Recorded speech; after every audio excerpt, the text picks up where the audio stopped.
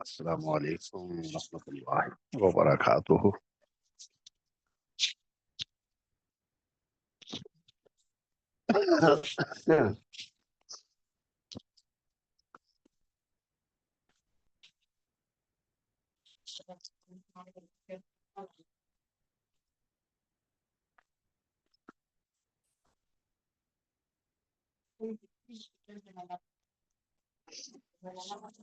بسم اللہ الرحمن الرحیم۔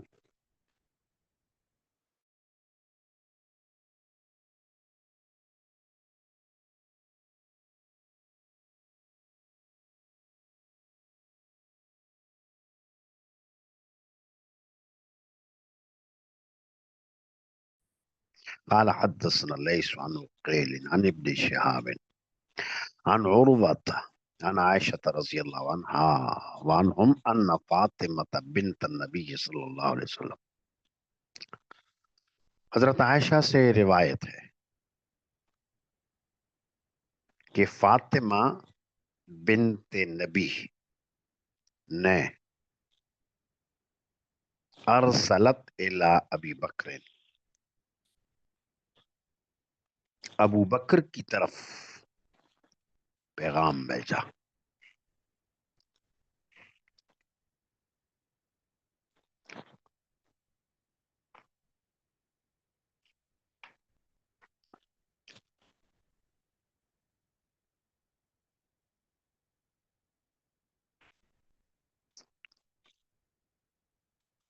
تسألہ میراثہا من رسول اللہ صلی اللہ علیہ وسلم،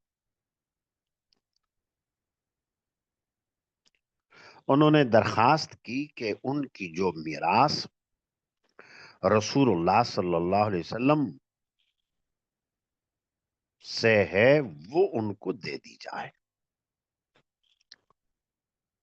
مما افاء اللہ علیہ بالمدینہ،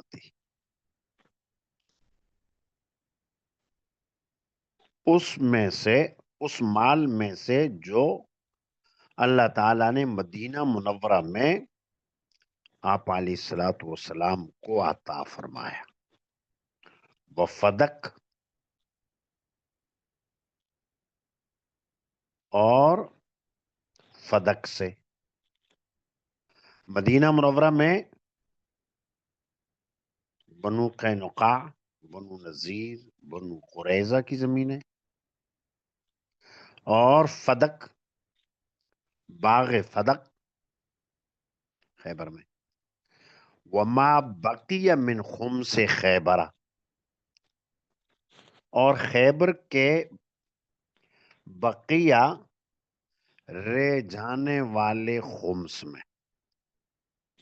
فقال ابو بکر، ابو بکر نے جواب دیا، ان رسول اللہ صلی اللہ علیہ وسلم لا نورث، قال لا نورث، ہم وارث نہیں بناتے، ما ترکنا صدقہ، ہم جو چھوڑتے ہیں وہ صدقہ ہوتا ہے۔ اب ذرا اس روایت کا پس منظر سن لو، پہلے سمجھنے میں آسانی ہوگی۔ امام بخاری رحمت اللہ علیہ نے تو یہاں معمولی مناسبت کی وجہ سے روایت ذکر کر دی، اور وہ یہی کہ خیبر جب آپ علیہ الصلوۃ والسلام تشریف لے گئے، خیبر فتح ہوا،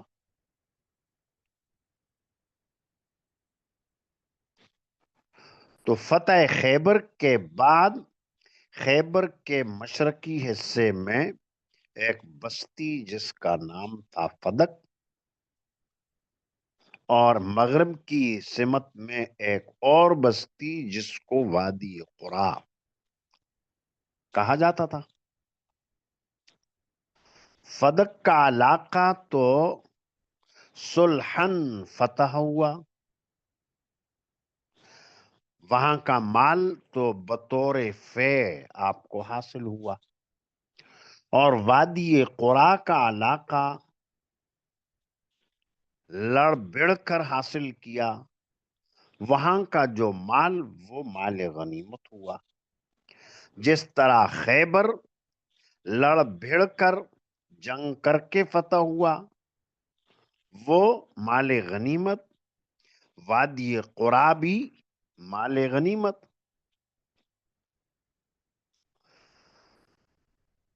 تو بات گزشتہ نشست میں آئی تھی کہ مال غنیمت میں سے آپ علیہ الصلوۃ والسلام خمس نکالتے. وہ آپ کے اپنے اختیار میں ہوتا، جہاں مناسب سمجھتے خرچ کرتے. اور مال فے پورا کا پورا ہی حضور کے اختیار میں ہوتا، جہاں مناسب سمجھتے خرچ کرتے. اور قرآن کریم میں تذکرہ آیا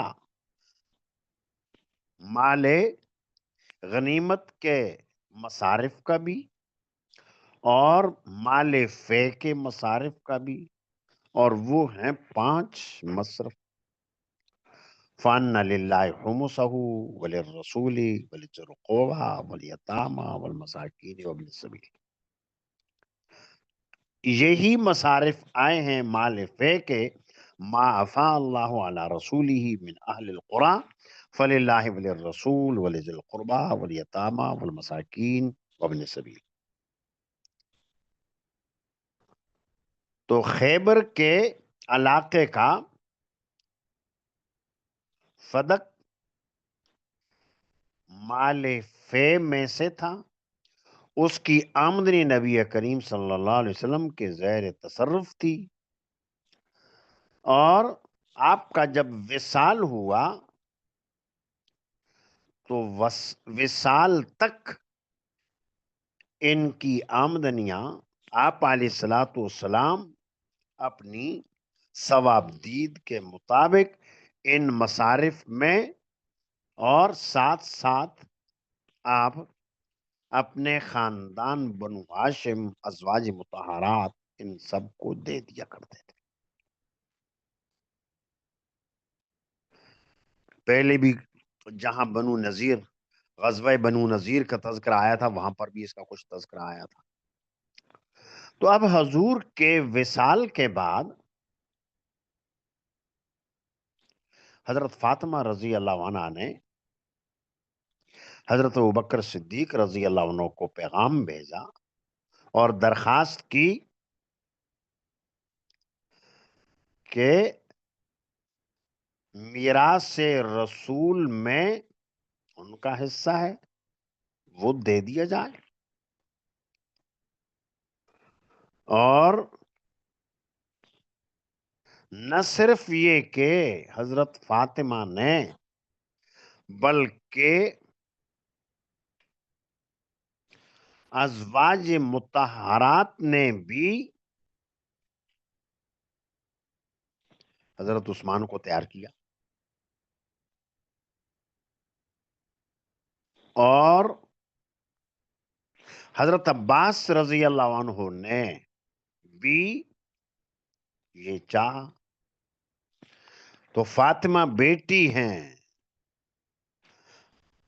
اور بیٹی ایک ہو تو اس کو ملتا ہے نصف. ازواج مطہرات ہیں تو میت کی اولاد ہو تو ازواج کو ملتا ہے سمن.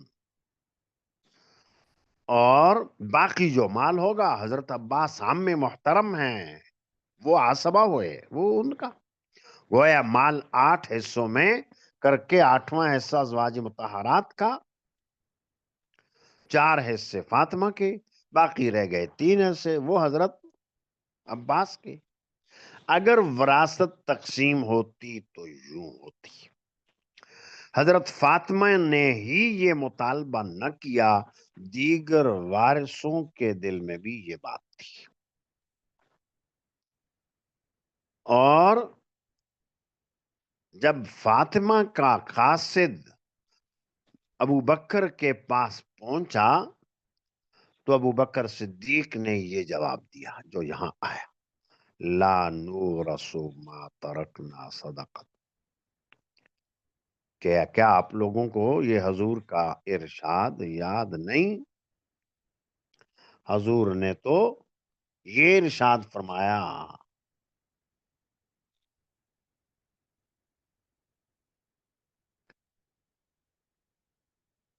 تو وارثین میں فاطمہ بھی، وارثین میں حضرت عباس بھی، ازواج مطہرات بھی، سب کو یہ جواب کہ لا نورث ما ترکنا صدقہ، ہم انبیاء کی وراثت جاری نہیں ہوتی، ہم جو چھوڑ جاتے ہیں وہ صدقہ ہوتا ہے، اور صدقہ بمانے وقف ہے، جس سے سب فائدہ اٹھا سکتے ہیں، مالدار بھی، نادار بھی، اور حضور کے خاندان والے بھی اور غیر بھی۔ تو یہ اس حدیث کا جو پس منظر وہ یہ ہے۔ تو یہ جو بات کہی ابو بکر نے، تو یہ حضور ہی کا ارشاد، اور اب آگے کہا انما یأکل آل محمد فی ھذا المال، محمد کے خاندان والے اسی مال سے کھائیں گے، یعنی جیسے حضور اپنی حیاتی میں اپنے خاندان میں مال کو تقسیم کیا کرتے تھے، وہی تقسیم ہوگی۔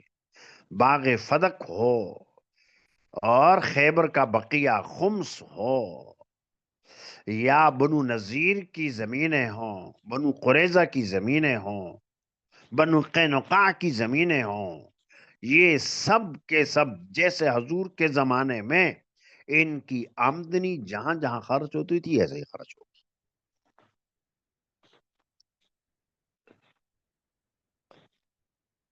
وَإِنِّي وَاللَّهِ لَا أُغَيِّرُ شَيْئًا مِّن صَدَقَةِ رسول اللہ صلی اللہ علیہ وسلم،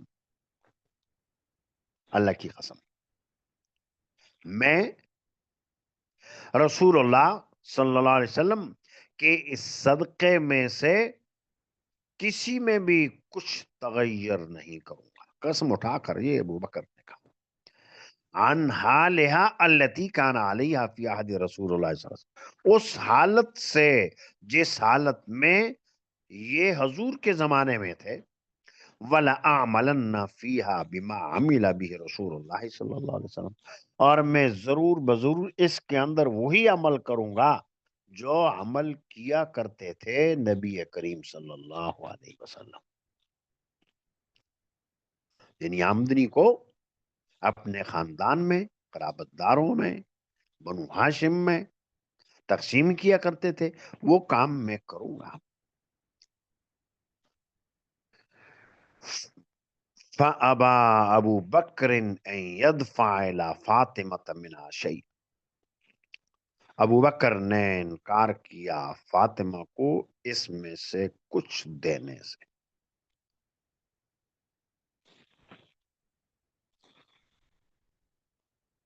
تو نہیں دیا، منع کر دیا۔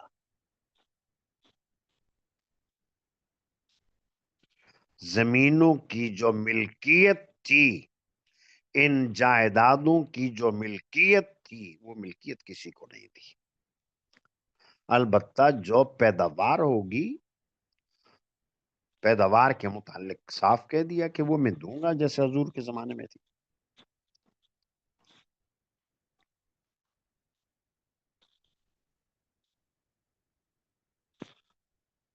فوجدت فاطمۃ علی ابی بکر فی ذالک، حضرت فاطمہ اس بارے میں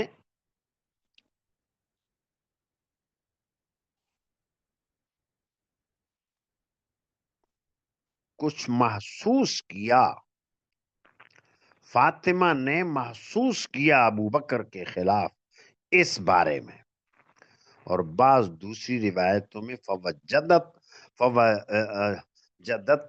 کے بدلے غضبت لفظ آیا، جیسا کہ عبارت میں آپ نے دیکھا بین الصدور بھی لکھا ہوا ہے، ناراض ہو گئی حضرت فاطمہ ابو بکر سے، ناراض ہو گئی۔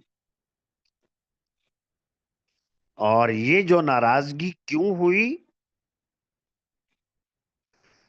تو اہل حق اہل سنت والجماعت کے محققین حضرات کی رائے یہ ہے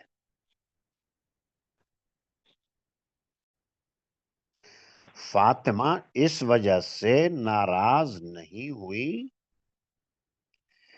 کہ ابو بکر نے ان کو میراث نہیں دی، بلکہ اس لیے ناراض ہوئیں کیونکہ ناراضگی کی تو بات ہی نہیں، ابو بکر صدیق نے تو حدیث پیش کر دی، فاطمہ رضی اللہ عنہا کے والد بزرگوار نبی کریم صلی اللہ علیہ وسلم کا خود اپنا فیصلہ ابو بکر نے سنایا، اور پھر یہ کہ اہل بیت نے اسے قبول کیا اور جو صحابہ تھے اس فیصلے کو قبول کیا۔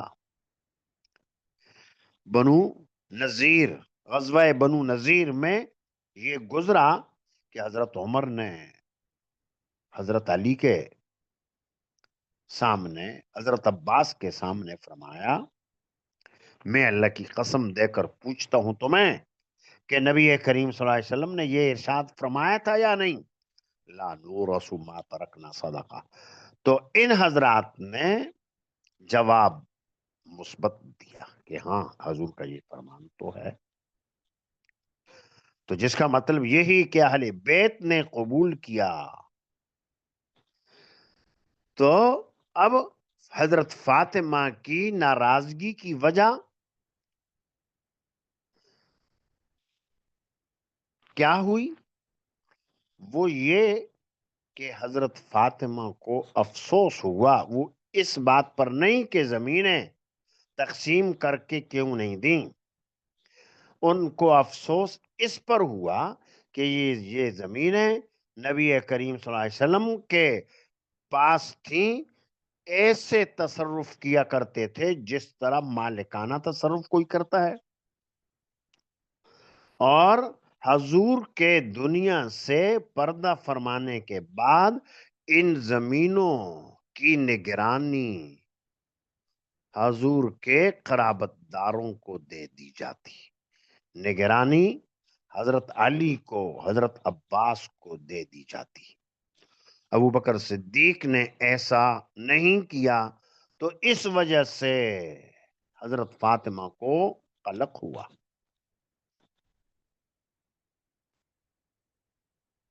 تو اہل بیت پھر اپنی ثوابدید کے مطابق، حضرت علی، حضرت عباس اپنی ثوابدید کے مطابق ان زمینوں میں تصرف کر سکتے، اور ابو بکر کے بعد حضرت عمر خلیفہ ہوئے، عمر نے ابتدان تو وہی طرز عمل برتا جو حضور کے زمانے میں، ابو بکر کے زمانے میں، لیکن کچھ عرصہ بعد نگرانی حضرت عباس کو، حضرت علی کو سپرد کر بھی دی، اور پھر آگے وہ مسئلہ چل نہ سکا، اور نہ چلنے کی وجہ سے آپس میں ان دونوں کا اختلاف ہوا، لہذا حضرت فاطمہ نے یہ خیال کیا ہوگا کہ نگرانی ہمیں مل جاتی، اہل بیت کو مل جاتی۔ ابو بکر صدیق نے اس وقت یہ مناسب اس لیے نہیں سمجھا کہ کہیں میراث کا شبہ نہ ہو جائے۔ مرور زمانہ سے لوگ یہ سمجھیں کہ یہ اہل بیت کی ملکیت ہے، اس لیے ابو بکر نے ایسا نہ کیا، حضرت عمر نے بھی شروع میں ایسا نہیں کیا، اور بعد میں جب یہ مسئلہ میراث کے شبے کا ختم ہو گیا کہ یہ نبی کی میراث نہیں ہے، تو پھر حضرت عمر نے دے بھی دیا حضرت علی کو، حضرت عباس کو، ان کی تولیت، ان کی نگرانی دے دی۔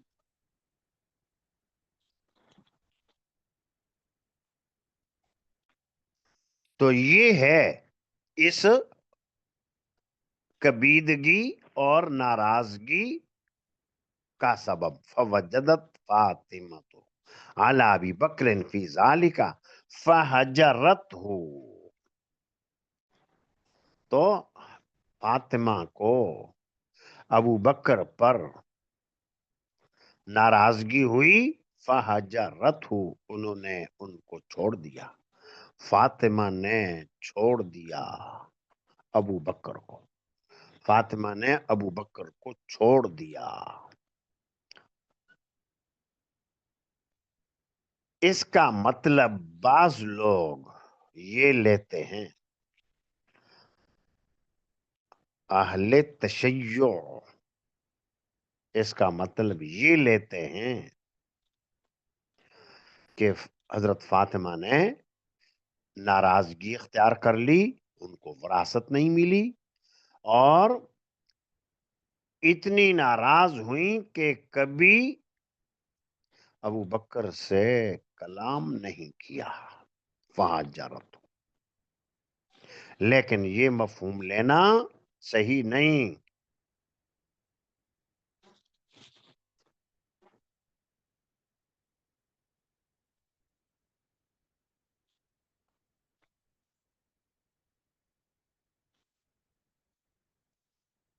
اس لیے صحیح نہیں کہ حضرت فاطمہ رضی اللہ عنہا نبی کریم صلی اللہ علیہ وسلم کے وصال کے بعد صرف 6 مہینے بقید حیات رہی، اتنا تھوڑا سا عرصہ۔ پھر یہ کہ ابو بکر صدیق کے لیے تھی بھی نامحرم، اب روزانہ کا آنا جانا تو ہو نہیں سکتا ہے، تو زیادہ آنا جانا بات چیت کرنا اس کا تو سوال ہی نہیں۔ لہذا اہل سنت والجماعت اور چاروں کے چاروں ائمہ، ان کے محققین یہ مطلب لیتے ہیں کہ حضرت فاطمہ رضی اللہ عنہ نے اس مسئلے میں حضرت ابو بکر کو چھوڑ دیا، یعنی اس مسئلے پر دوبارہ بات چیت نہیں کی، فہجرت، تو چھوڑ دیا ان کو، کہ میرے ابا ہی کی بات سنائی، ان کا ہی فیصلہ سنایا ابو بکر نے، کوئی نیا فیصلہ تو ہے نہیں، فہجرت، تو مطالبے کو چھوڑ دیا۔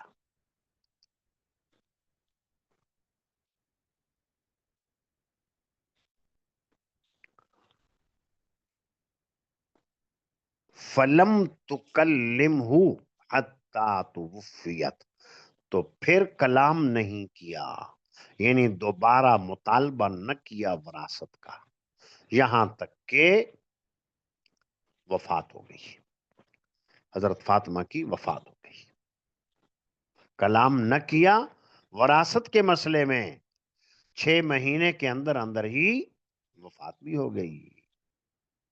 اس کا وہ مطلب نہیں جو اہل تشیع لیتے ہیں کہ ناراض ہو گئیں اور بالکلیہ قطع تعلقی کر لی، بات چیت تک نہیں کی، مرتے دم تک نہیں کی۔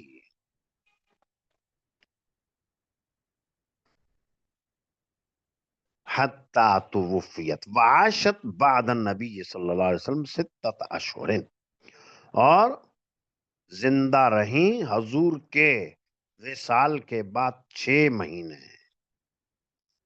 فلما توفیت، پھر جب وفات ہو گئی فاطمہ کی، دفنہا زوجہا، ان کے زوج نے، حضرت علی نے انہیں دفن کیا، لیلن، رات کو، ولم یؤذن بہا ابا بکر، اور ابو بکر کو اطلاع نہیں دی، وصلی علیہا، اور فاطمہ پر نماز جنازہ پڑھی۔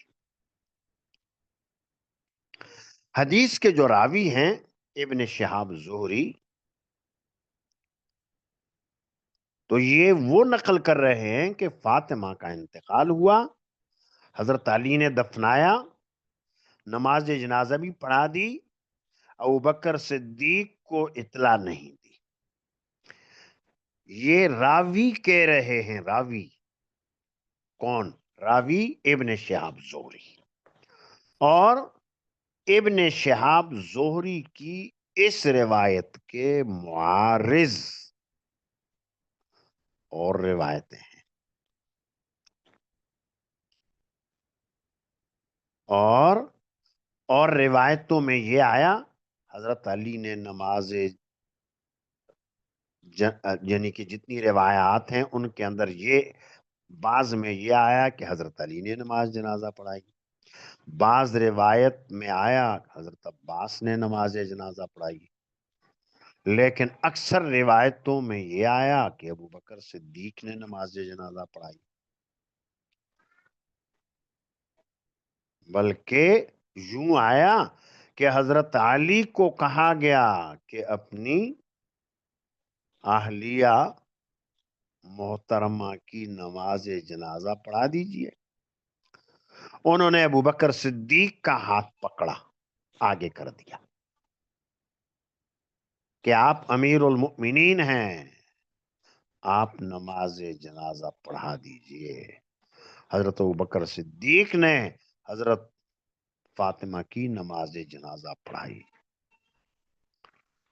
اور حضرت عباس کی طرف جو نسبت ہے وہ یوں کہ قوم کے خاندان بنو ہاشم کے بڑے تھے، خاندان بنو ہاشم میں جو بھی انتقال کرتا ابو بکر صدیق نماز جنازہ پڑھایا کرتے تھے، تو ابو بکر حضرت عباس نماز جنازہ پڑھایا کرتے تھے، تو حضرت عباس پڑھایا کرتے تھے، انہوں نے علی سے کہا آگے کہ نماز جنازہ پڑھاؤ اپنی زوجہ کی، اور علی نے ابو بکر کا ہاتھ پکڑ کر آگے کر دیا۔ اب تینوں کی طرف نسبت صحیح ہوگی، نماز جنازہ پڑھائی ابو بکر صدیق نے جو خلیفہ اول تھے، اور یہ جو روایتیں جن کا حوالہ دیا، یہ روایتیں ہمارے استاذ محترم حضرت شیخ الاسلام مفتی محمد تقی عثمانی دامت برکاتہم کی کتاب تکملہ فتح الملہم میں موجود ہے۔ فتح الملہم مسلم کی شرح شبیر احمد عثمانی رحمہ اللہ نے لکھی، اور تکمیل نہ ہو سکی، دنیا سے چلے گئے، اور پھر ان کی تکمیل کی حضرت نے، اور تکملہ فتح الملہم، تو تکملہ فتح الملہم میں وہ روایات آتی ہیں جن سے یہ پتہ چل رہا ہے کہ تین آدمیوں کی طرف نماز جنازہ کی نسبت اور تطبیق یہ ہے کہ ابو بکر نے ہی نماز جنازہ پڑھائی بالآخر، اور باقی رہا یہ کہ اطلاع نہیں دی وغیرہ۔ تو حضرت فاطمہ جب بیمار ہو گئی، ان کی تیمارداری کرنے والی صرف ایک ہی خاتون تھی۔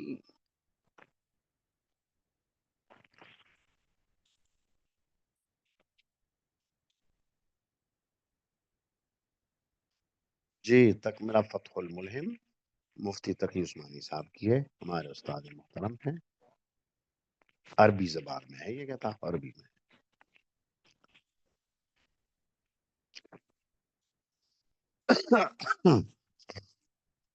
بڑی شاندار شرح ہے، عرب علماء نے داد پیش کی ہے، تحسین کی ہے۔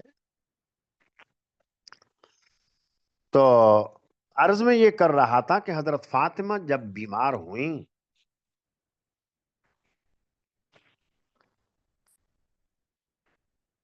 تو تیمارداری کرنے والی خاتون ان کی تھی حضرت اسما بنت امیس رضی اللہ عنہا۔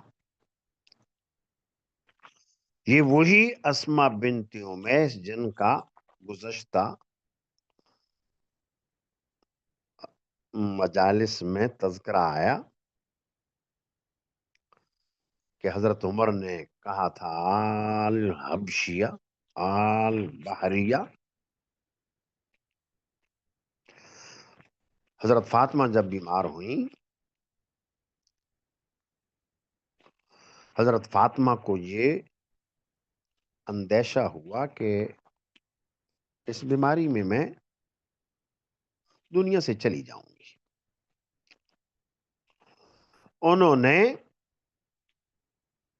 چونکہ بیماری میں تیمارداری کرنے والی اسما تھی، ان کے سامنے ظاہر کیا کہ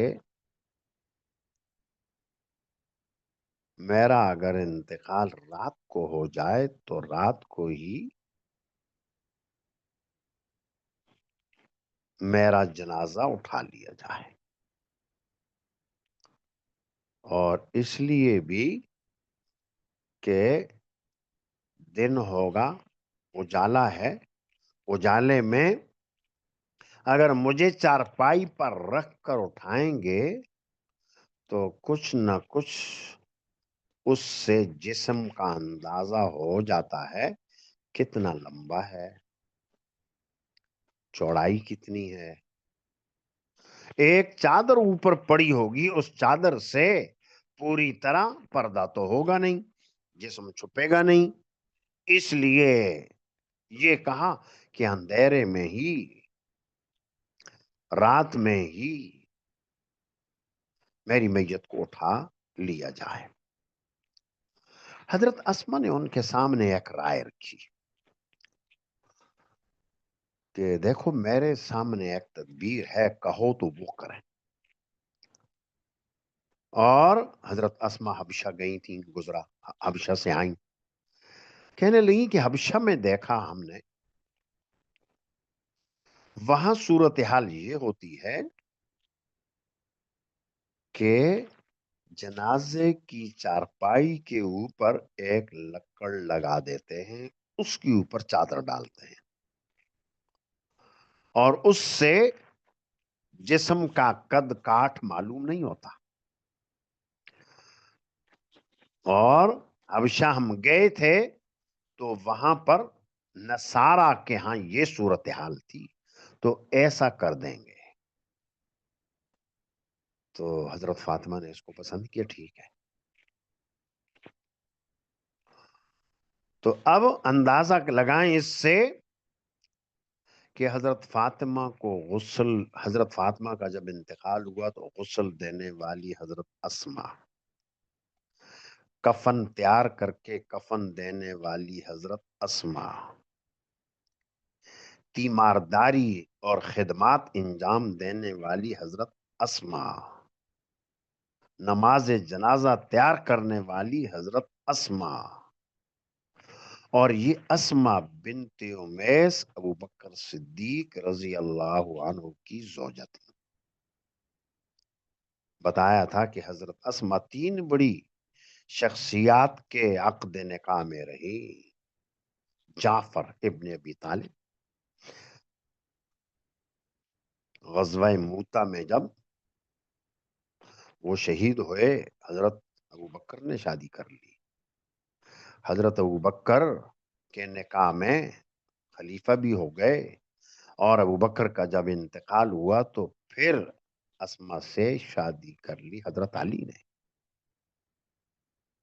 تو اب یہ اتنی بڑی 3 شخصیات کے نکاح میں رہیں، اور جس وقت فاطمہ کا انتقال ہوا تو اس وقت اسما بنت امیس ابو بکر صدیق کے نکاح میں تھیں. تو اب دیکھیں یہ کیسے ممکن ہے کہ حضرت اسما اپنے زوج ابو بکر کی اجازت کے بغیر یہ سارے کام انجام دے لیں. گھر سے غائب، کیا شوہر کی اجازت کے بغیر غائب ہو سکتی ہیں؟ فاطمہ کی تیمارداری کے لیے آ جا رہی ہیں، کیا زوج کی اجازت کے بغیر؟ انہیں غسل دے رہی ہیں، کفن دے رہی ہیں، نماز، ان کی جنازہ تیار کر رہی ہیں، تو کیا ان کے شوہر محترم کو اطلاع ہی نہ ہو؟ یہ ممکن ہے؟ ہرگز نہیں. تو یہ جو کچھ ہو رہا ہے، ابو بکر صدیق کی اجازت سے. اب جب ابو بکر صدیق کی زوجہ یہ سارے کام انجام دے رہی ہیں تو اب حضرت علی نے اگر جا کر ابو بکر صدیق کو نہ بتایا تو نہ بتائیں. وہ تو بیچارے تو افسردہ غم میں، جیسے کہ دوسری روایت میں آیا کہ حضور سے ایک رشتہ تھا ختم ہو گیا. افسردہ تو وہ تو اپنے حال میں نہیں. اور حضرت اسما نے پوری کی پوری ساری روئے داد سنا دی اپنے زوج کو، خلیفہ اول کو. تو اس سے یہ مطلب لینا کہ اجازت ہی ان کو اطلاع ہی نہیں دی اور اطلاع کے بغیر راتوں رات نماز جنازہ پڑھ کر دفن کر دیا. تو یہ راتوں رات دفن کرنے اور اطلاع نہ دینے اس کی وجہ یہ تھی حتی توفیت فلما توفیت دفنہا زوجہا علی لیلا. اس لیے رات کی تدفین کی یہ وجہ تھی. وَلَمْ يُؤْذِنْ بِهَا ابا بکر، ابو بکر کو حضرت علی نے اطلاع نہیں دی تو نہ دیں. جا کر حضرت اسما نے دی. وصلی علیہا، اور نماز جنازہ پڑھی. تو یہ قول کس کا قول؟ یہ قول ہے زہری کا قول.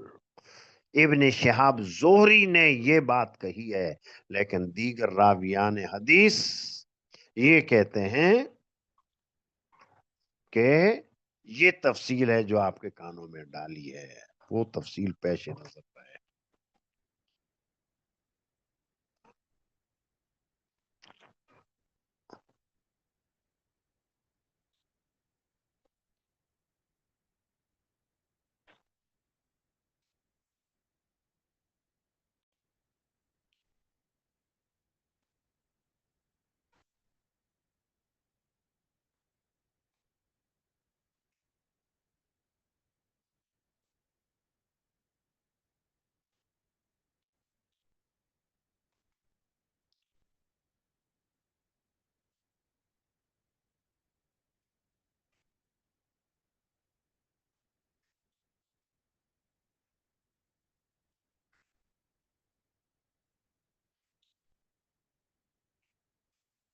آواز آ رہی ہے؟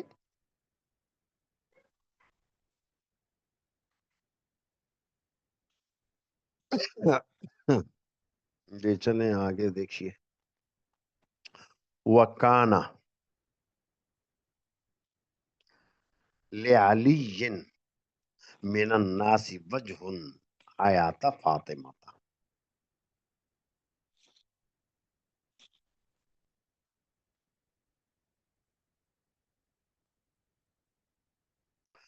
آگے ابن شہاب زہری ہی یہ بات نقل کر رہے ہیں.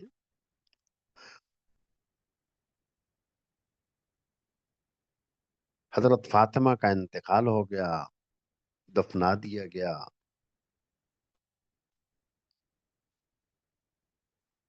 اور حضرت فاطمہ کی حیاتی میں لوگوں کے ہاں حضرت علی کی بڑی قدر و منزلت تھی. جب تک وہ حیات، قدر و منزلت حضرت علی کی لوگ بڑا احترام کیا کرتے تھے. وَكَانَ لِعَلِيٍّ مِنَ النَّاسِ وَجْهٌ، حضرت علی رضی اللہ عنہ حضرت فاطمہ کی حیات میں لوگوں کے درمیان ان کی تھی وجاہت. وجہن وجاہت تھی، یعنی لوگ بڑا احترام کیا کرتے تھے. اور وجہ بالکل صاف ہے کہ فاطمہ کون ہے؟ سیدۃ النساء اہل الجنہ ہیں، اور ان کے شوہر ہیں یہ، اس لیے لوگوں کے یہاں قدر و منزلت. نبی کریم صلی اللہ علیہ وسلم کے یہ داماد ہیں، بیٹی کے زوج ہیں، یہ قدر و منزلت.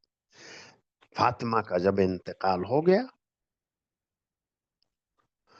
تو اب زوجیت کا رشتہ ہو گیا ختم. فلما توفیت، جب فاطمہ کا انتقال ہو گیا، استنکرا علی وجوہ الناس، حضرت علی نے لوگوں کے چہروں کو اوپرا محسوس کیا، یعنی اتنی توجہ نہ رہی لوگوں کی جتنی توجہ حضرت فاطمہ کی حیاتی میں تھی. اور یہ طبی بات ہے، فاطمہ سے جب نکاح ختم ہو گیا تو جو پہلے لوگوں کی رغبت کی چیز تھی ویسی رہی نہیں. فلتمس مصالحت ابی بکر و مبایعتہ، تو علی نے ابو بکر سے صلح کو تلاش کیا اور ان کے ہاتھ کے اوپر بیعت کو تلاش کیا، صلح کر لیں، بیعت کر لیں. ولم یکن یبایع تلک الاشہر، اور ان مہینوں میں انہوں نے بیعت نہیں کی. یہ جو 6 مہینے حضور کے وصال کے بعد فاطمہ کے انتقال تک، یہ جو 6 مہینے، اس میں انہوں نے بیعت نہیں کی تھی. تو سوال یہ ہے کہ حضرت علی نے ابو بکر صدیق کی بیعت کیوں نہیں کی تھی؟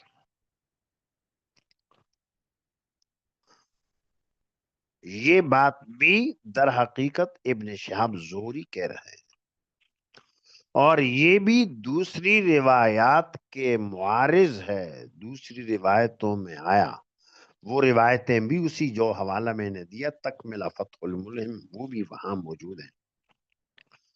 ان روایات سے یہ معلوم ہوتا ہے کہ حضرت علی نے ابو بکر صدیق کے ہاتھ کے اوپر بیعت کر لی تھی، البتہ علی الاعلان نہیں ہوئی، خاموشی سے ہوئی.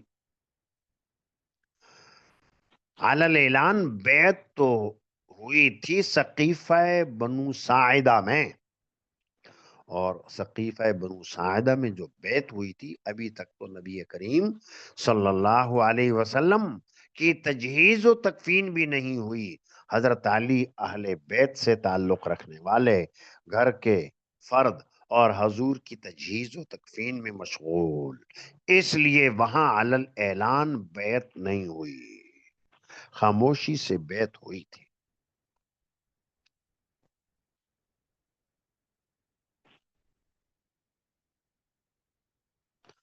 اور اگر بالفرض مان بھی لیا جائے کہ نہیں کی،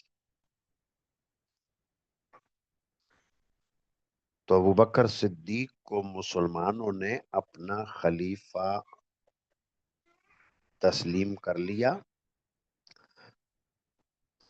اور بیعت ہو گئی، اور ہر آدمی کی بیعت کرنا شرعن ضروری نہیں ہے. اکثر اہل شورا بیعت کر لیں تو بس وہ کافی ہے.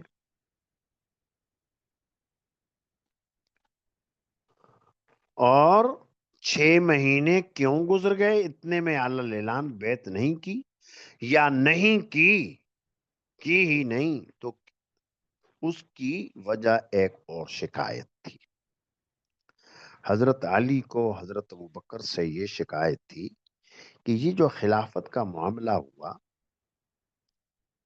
تو آپ نے ہمیں مشورے میں شامل کیوں نہیں کیا، اور نہ صرف یہ کہ مجھے بلکہ میرے عم محترم حضرت عباس کو بھی اس مشورے میں شامل نہیں کیا.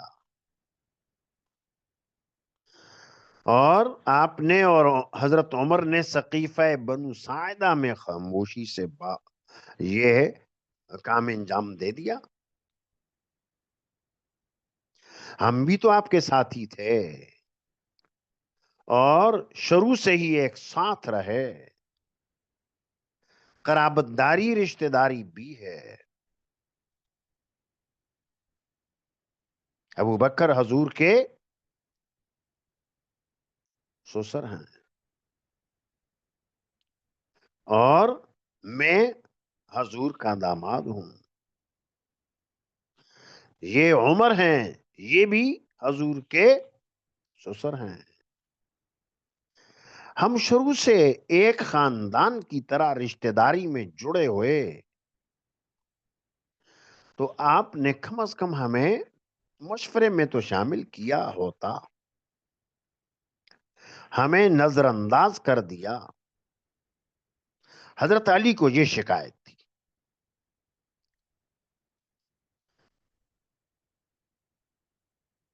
حضرت ابوبکر صدیق نے اس شکایت کو دور بھی کیا. وضاحت فرمائی کہ اصل مسئلہ یہ ہوا کہ ہمیں پتہ چلا کہ یہ انصار سارے جمع ہیں سقیفہ بنو ساعدہ میں، اور خلافت کے موضوع کے اوپر سنا ہے گفتگو ہو رہی ہے.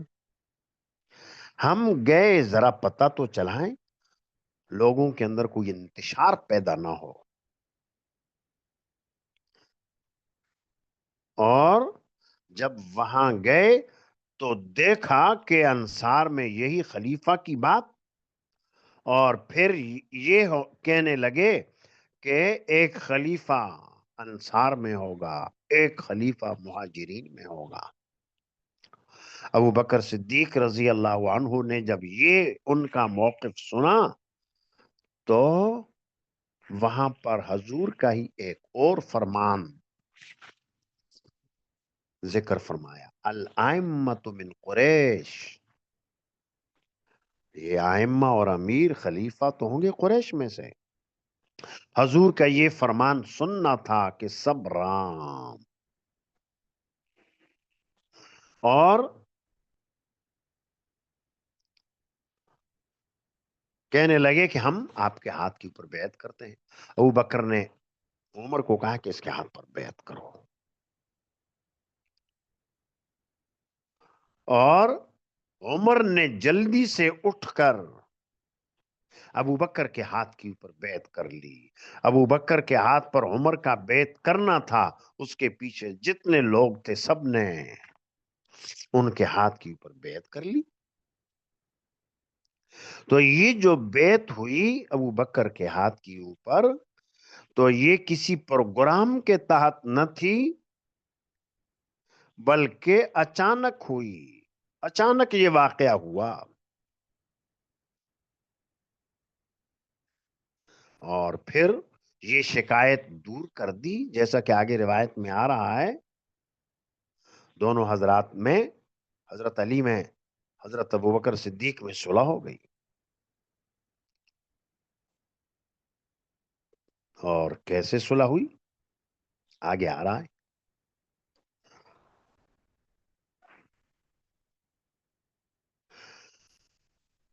فَأَرْسَلَ إِلَىٰ أَبِي بَكْرٍ أَنِ ائْتِنَا. علی نے ابو بکر کی طرف قاصد بھیجا کہ آپ ہمارے پاس آئیں. وَلَا يَأْتِنَا أَحَدٌ مَعَكَ، اور تمہارے ساتھ کوئی اور نہ آئے. کراہیتن لیحضر عمر، ناپسند کرتے ہوئے اس بات کو کہ عمر حاضر نہ ہو.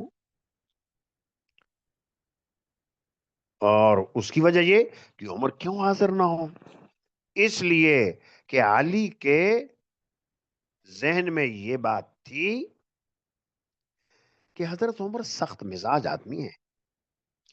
ایسا نہ ہو کہ گفتگو میں باتوں میں شدت آ جائے اور یہ جو صلح کا عمل ہے یہ متاثر نہ ہو جائے.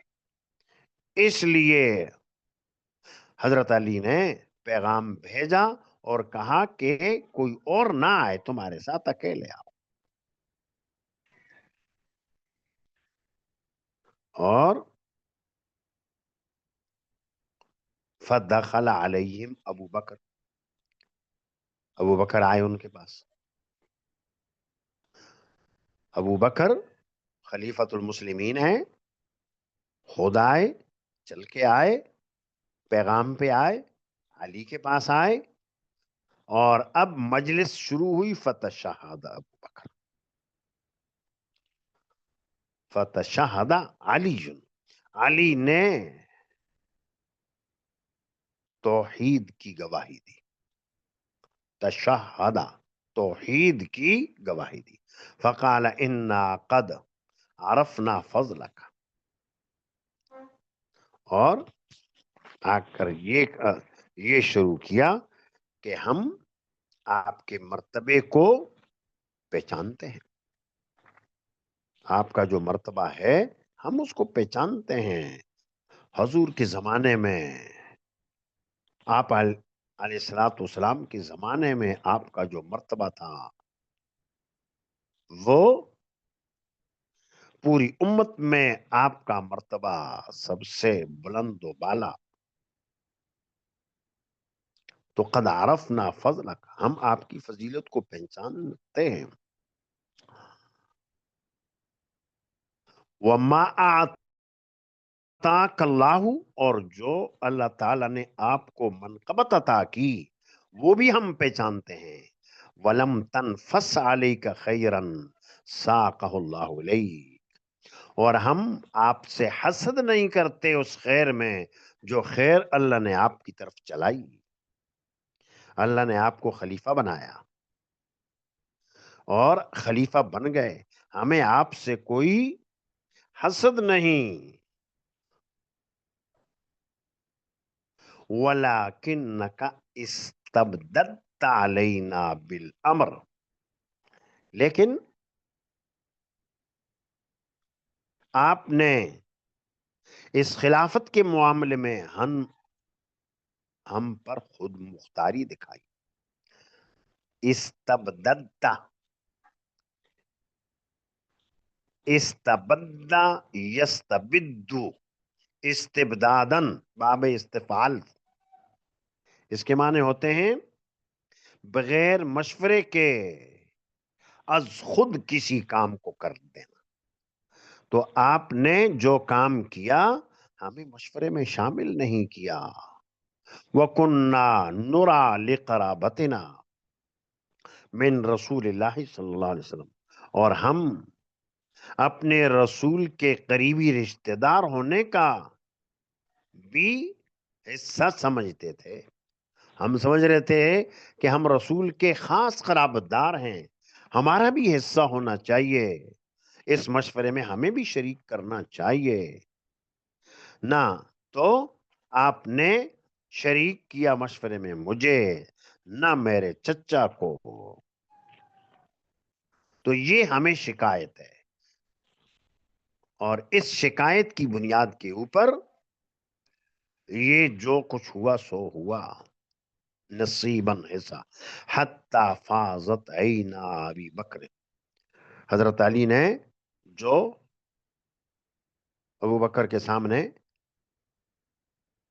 تقریر کی تو حضرت ابو بکر صدیق رضی اللہ عنہ کی آنکھوں سے آنسو بہ پڑے. فلما تکلم ابو بکر قال، پھر جب ابو بکر نے کلام شروع کیا، پہلے علی نے کیا اب ابو بکر نے. قال والذی نفسی بیدہ، کہا اس اللہ کی قسم جس کے قبضہ قدرت میں میری جان ہے، لقرابت رسول اللہ صلی اللہ علیہ وسلم احب الی ان اصل من قرابتی، نبی کریم صلی اللہ علیہ وسلم کی رشتہ داری مجھے اپنی رشتہ داری سے زیادہ محبوب ہے.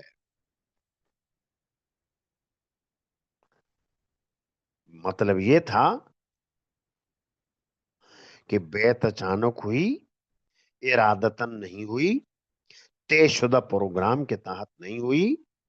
ہم معذور ہیں اور اہل بیت کی شرکت ہو نہ سکی، اور ہماری نگاہوں میں اہل بیت کی کوئی حقارت نہیں.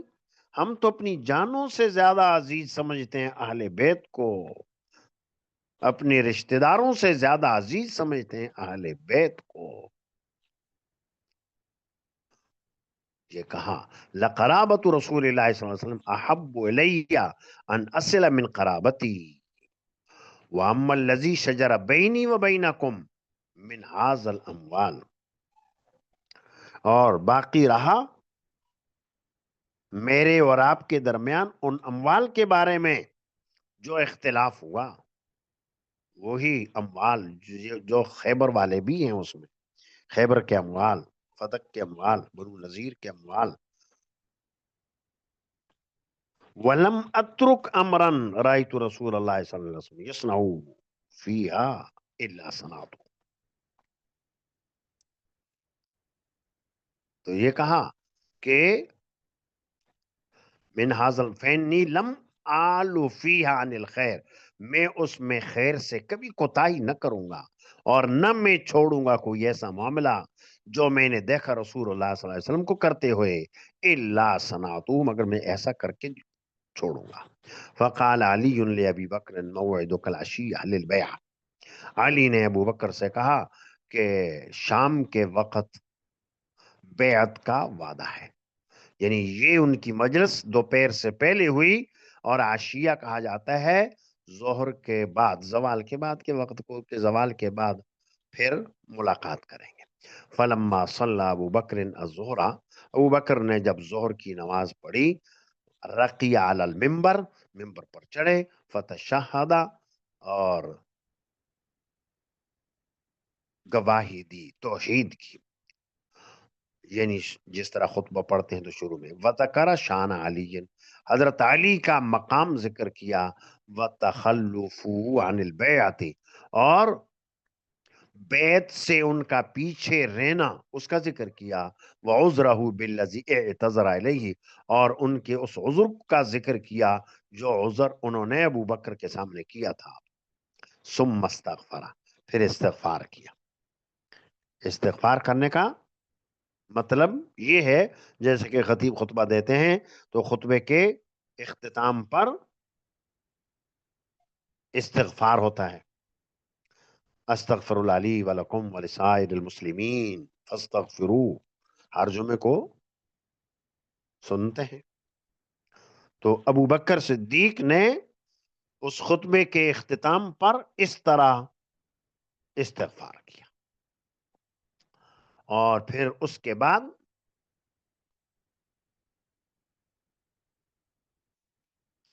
وتشہد علی، اور علی نے تشہد کی گواہی دی. فعظم حق ابی بکر، ابو بکر کے حق کو عظیم جانا.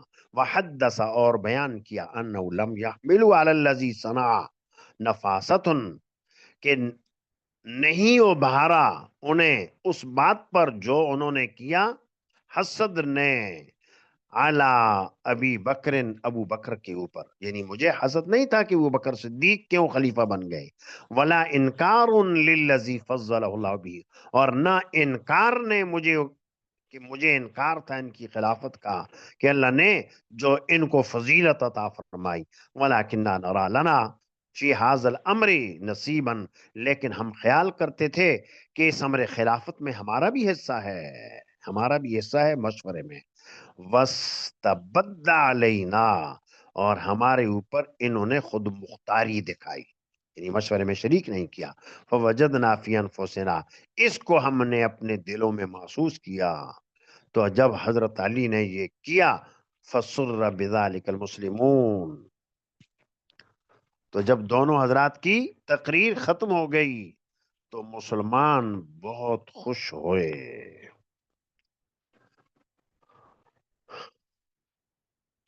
وقالوا السبت، اور کہنے لگے کہ اچھا کیا، یعنی حضرت علی نے اب علی الاعلان لوگوں کے سامنے بیعت کر لی. وکان المسلمون الی علی قریبا، اور مسلمانوں نے حضرت علی کو قریب کرنا شروع کیا. حتی راجع الامر بالمعروف، یہاں تک کہ امر بالمعروف کی طرف رجوع کر لیا. سب کے سامنے ابو بکر صدیق کے ہاتھ کے اوپر بیعت کر لی، یہ مطلب ہے اب بیعت کر لی. ابو بکر صدیق کے ہاتھ کے اوپر۔ آگے دو چھوٹی چھوٹی روایتیں ان کو بھی دیکھ لو۔ بھی قال حدثنا محمد بن بشار قال حدثنا حرمي قال حدثنا شعبة قال اخبرني عمارة عن إكرمة عن عائشة رضي الله عنها قالت ولما فتحت خیبر قلنا، جب خیبر فتح ہوا تو ہم نے کہا الآن نشبع من التمر، اب ہم کھجور سیر ہو کر کھائیں گے، کیونکہ نخلستان زیادہ تھے خیبر میں اور کھجوریں تو ملیں گی۔ به قال حدثنا الحسن قال حدثنا قرة بن حبيب قال حدثنا عبد الرحمن بن عبد الله بن دينار عن أبيه عن ابن عمر رضي الله عنهما أنه قال ما شبعنا حتى فتحنا خیبر، ہم سیر نہیں ہوئے یہاں تک کہ ہم نے خیبر کو فتح کیا۔ تو خیبر کی فتح تک مسلمان ناداری میں، اور اب اس کے بعد اللہ نے وسعت دی، خوشحالی عطا فرمائی۔ تو اب قصہ آپ نے دیکھ لیا، پڑھ لیا۔ حضرت علی اور حضرت بکر صدیق رضی اللہ عنہ نے ایک دوسرے کے ساتھ صلح کر لی، اور جو ان کی آپس میں کبیدگی تھی، کبیدگی دور ہو گئی۔ اور کیا کبیدگی، کیا اس کے اندر نزاع، کیا جھگڑا تھا، وہ بھی واضح ہو گیا۔ تو یہ شیعوں کا جو مسئلہ ہے وہ تو بالکل بے بنیاد ٹھہرا کہ حضرت فاطمہ کو وراثت نہیں دی وغیرہ۔ سبحان ربک رب العزت عما یصفون وسلام علی المرسلین والحمد للہ رب العالمین۔ کوئی بات پوچھنی ہو تو ابھی وقت اوپر ہو گیا ہے، پھر پوچھ لینا۔